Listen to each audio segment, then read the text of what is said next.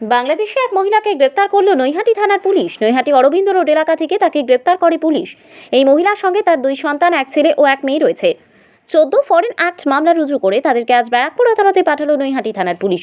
Police সূত্রে জানা গিয়েছে, ওই মহিলা বাংলাদেশের বরিশালের বাসিন্দা, নাম শোভা মল্লিক।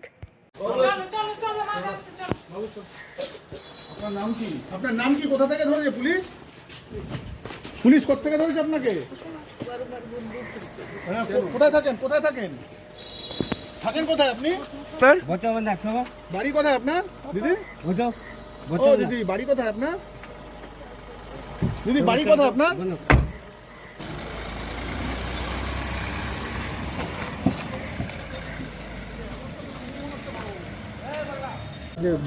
দুজন বাচ্চা সমেত কালকে নৈহাটি থানা পুলিশ অ্যারেস্ট করে কোর্টে পাঠিয়েছে। বাংলাদেশি পরিচয়। হ্যাঁ, গতকাল রাত্রির রাত্রির 10:30 নাগাদ, আনুমানিক 10:30 আমার কাছে খবর আসলো বড়মার মন্দিরের সামনে একজন মহিলা 2 বাচ্চাকে নিয়ে ওখানে বসে আছেন। অনেকক্ষণ থেকেই নাকি বসেছিল। ওখানকার সকলে জিজ্ঞেস করাতে সে বলছে সে বাংলাদেশ থেকে এসছে।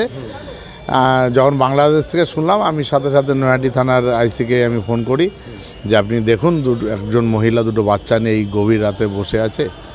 তারপরে আমি জানতে পারলাম যে বাংলাদেশ থেকে উনি এসছেন 2 বাচ্চা সমেত।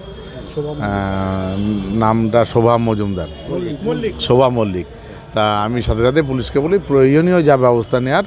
পুলিশ তৎক্ষণাৎ মহিলা পুলিশ নিয়ে সেই 3 জনকে নিয়ে যায় থানায়, এবং যতদূর জানতে পেরেছি তাদেরকে আজকে কোর্টে পাঠিয়েছে। কোর্ট কি বলে সেটা জানার অপেক্ষা। না, আমি ডিটেলসটা বলতে পারছি না যে বাংলাদেশের অত্যাচারে কিনা। তবে আমরা এইটুখানি জানতে পেরেছি, কয়েকদিন আগে আমাদের রাজ্যেরই 90 জন মৎস্যজীবীকে বাংলাদেশ ধরে তাদের প্রচণ্ড প্রহার করেছে, প্রচণ্ড মারধর করেছে।